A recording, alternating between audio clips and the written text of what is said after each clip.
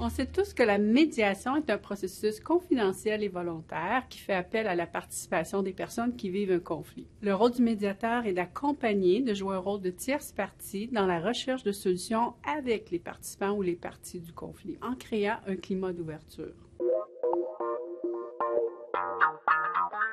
Pour créer un climat d'ouverture, voici mes 3 trucs que j'ai mis en pratique depuis des années. Le premier truc, c'est vraiment de donner des règles, alors que ce soit le respect, l'ouverture, la confidentialité, l'écoute de l'autre.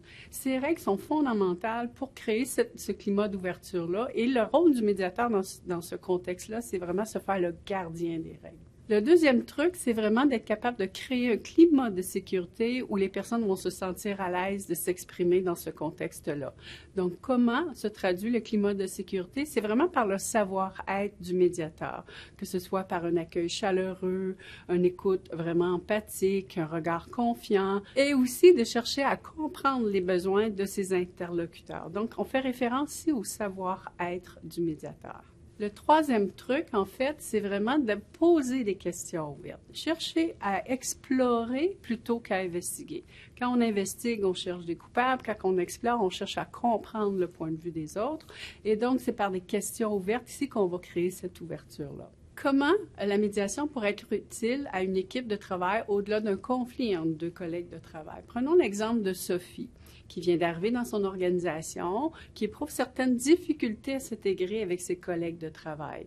Donc, elle a de la difficulté à se concentrer, elle fait des erreurs, elle oublie des dossiers. Donc, ce qui l'entraînera un peu un processus ici où elle se sent anxieuse, elle fait de l'insomnie. Elle va aller consulter son médecin qui la mettra en arrêt de travail pour des problèmes de santé psychologique. En l'absence de Sophie, les collègues sont un peu surmenés à cause de la surcharge de travail créée par l'absence de Sophie. Lorsqu'on va anticiper le retour de Sophie, il est possible ici que les collègues de travail ne soient pas tout à fait ouvertes à son arrivée, à son retour. Qu'est-ce qu'un médiateur à l'interne pourrait faire? Il pourrait préparer ici le retour de Sophie en rencontrant Sophie de façon individuelle pour comprendre ses besoins, ses préoccupations, comment elle envisage son retour au travail. Le médiateur aussi pourrait rencontrer le responsable d'équipe pour voir quelles sont les conditions de retour au travail. La même démarche pourrait être faite aussi auprès des collègues de travail qui anticipent le retour, pas nécessairement avec beaucoup d'enthousiasme, et préparer aussi Sophie à l'attitude et aux réactions des collègues de travail et faire des rencontres ensemble pour créer ici cette journée de retour-là qui soit vraiment une journée qui se passe bien pour Sophie, mais qui se passe bien pour tout le monde. Dans le contexte ici, le professionnel en ressources humaines qui aura exercé le rôle d'accompagnateur et de médiateur pourra avoir créé des conditions qui vont favoriser le retour au travail de Sophie, créer aussi des conditions où on va remettre en place la communication, la confiance, la collaboration. Également aussi s'assurer que les règles de fonctionnement sont plus claires entre le patron, le responsable d'équipe et l'équipe et aussi Sophie. Donc, ça va créer ici un environnement de travail qui est beaucoup plus facile d'évoluer et exempt aussi de tensions et de conflits.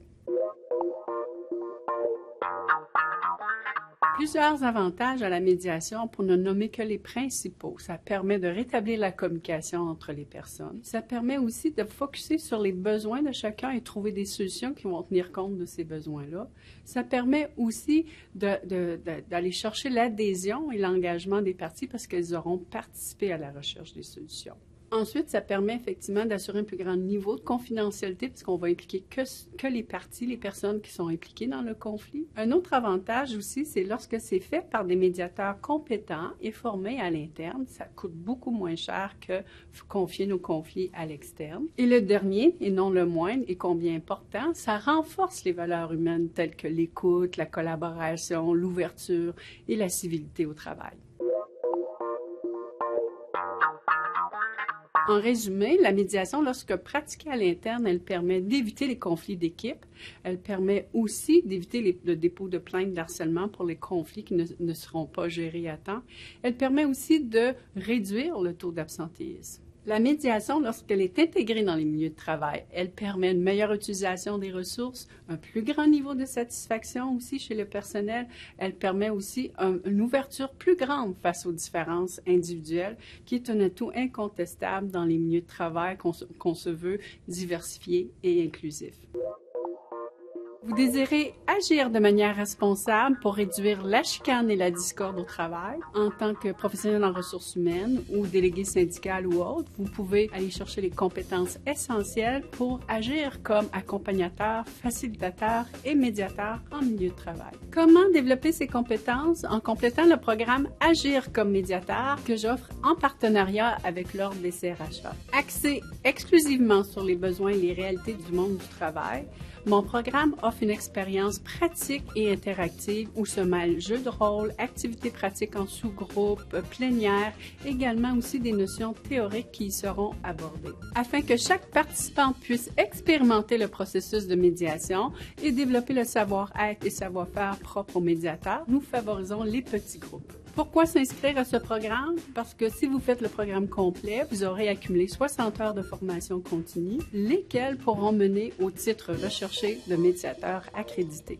De plus, vous repartirez avec une panoplie d'outils utiles et concrets qui vous permettront d'influencer et mettre en place des bonnes pratiques de gestion en matière de PRD. Consultez le descriptif et les dates offertes sous l'onglet « Formation en partenariat ». Au plaisir de vous rencontrer. À très bientôt.